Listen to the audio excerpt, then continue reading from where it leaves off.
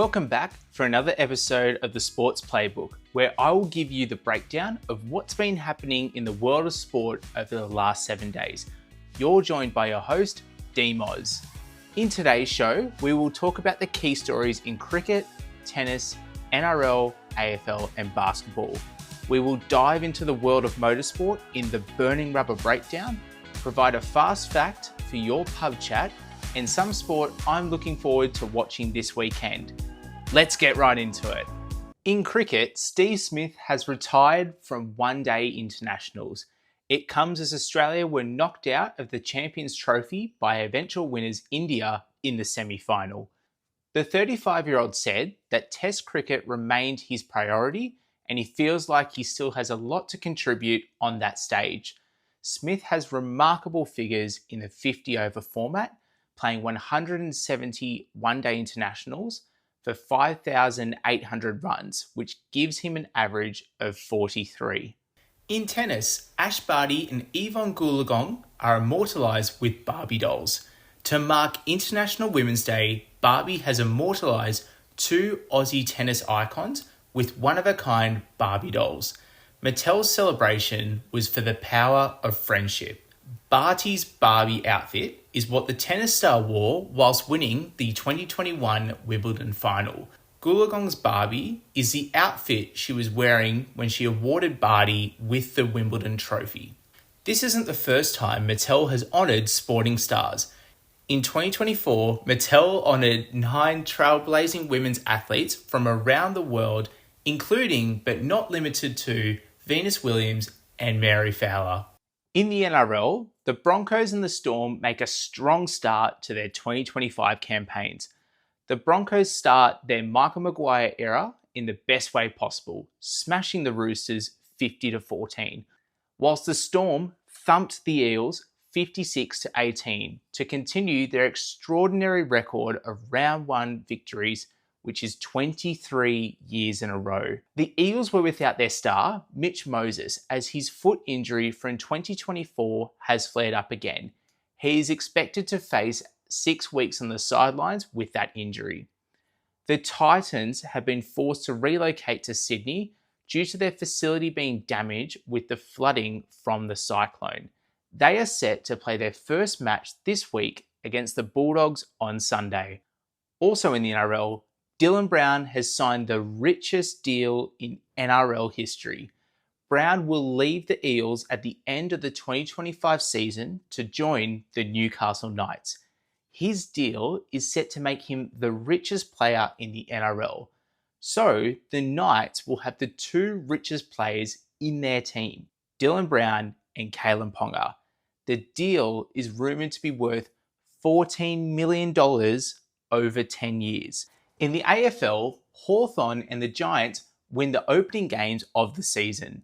The Hawks have beaten 2024 grand finalists the Swans by 20 points at the SCG. Hawthorn ran away with it in the final quarter, but it didn't come away unscathed, with midfielder James Worpel to face at least a month on the sidelines with an ankle injury.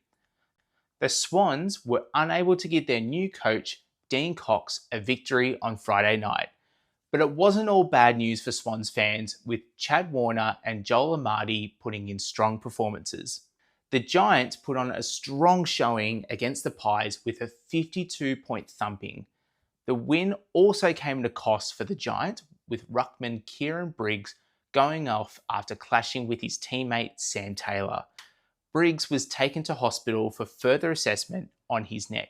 Collingwood fans were given their own scare with star Nick Dacos going down clutching at his leg. However, it only looks like Dacos suffered cramps during the match. In basketball, the Bendigo Spirit win the WNBL title. The Spirit have won their 3rd championship after defeating the Townsville Fire 63-55 in Game 2 of the final series. In front of a sold-out Townsville Entertainment Centre, the Spirit took control after halftime and clean swept the series. League MVP Sammy Whitcomb added a grand final MVP award to her cabinet after scoring 26 points. This was the first title for Bendigo since winning back-to-back in 2013 and 2014. And with that, we will take a short break and after get into the week that was in motorsport with the burning rubber breakdown.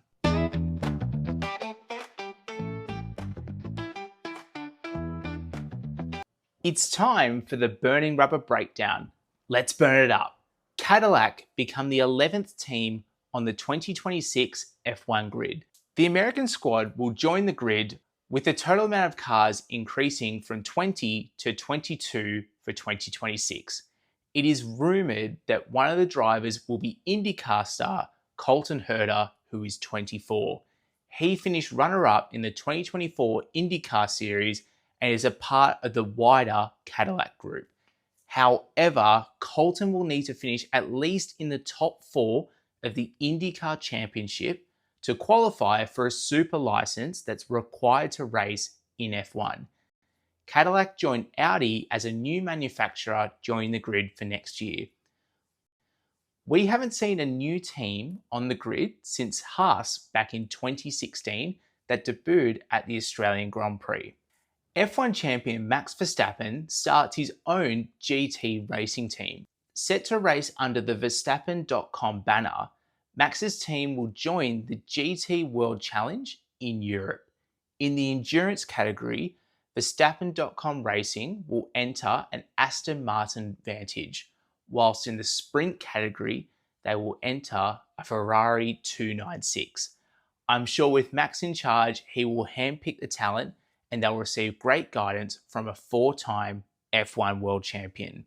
Craig Lowndes to leave Triple Eight Racing after 21 years. With Triple Eight Racing moving manufacturers from General Motors to Ford in 2026, they will be without Lowndes.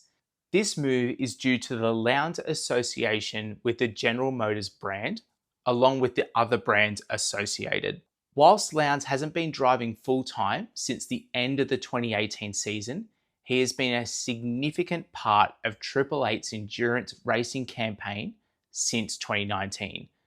Lowndes, turning 50, looks set to join another team on the grid for 2026, with all reports going to Premier Racing, which is a customer team of Triple Eight Race Engineering. The 2025 Bathurst 1000 will be Lowndes' 32nd consecutive race. That is your burning rubber breakdown for the week. And with that, let's get right into your fast fact for a pub chat. It's time to pull yourself a chair, pour yourself a drink. It's time for your fast fact for a pub chat. Now, considering the Australian Grand Prix is just around the corner, I thought I'd give you a fast fact on F1. Did you know that in 2025, it will be the first time for Mercedes that they don't have a last name of Fangio, Schumacher, or a Hamilton racing for them? Fangio was in the team in the 1950s before they exited the F1 World Championship. Schumacher then joined the team when Mercedes returned in 2010, and Hamilton has since been with the team since 2013. All 3 drivers are world champions. So there is your fast fact for your pub chat. And with that, we're up to the final segment, which is 3 sports I'm looking forward to this weekend. The NBL Championship, which is Melbourne United against the Illawarra Hawks. Melbourne took the win over the Hawks in Game 1.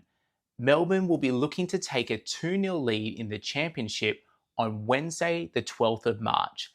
Game 3 will be on Sunday, the 16th of March. The Australian Grand Prix in Melbourne. This is one of the most anticipated seasons, with Lewis Hamilton to race in Ferrari Red for the first time, both McLaren cars looking strong, and Red Bull potentially being a little bit off at the start of the season.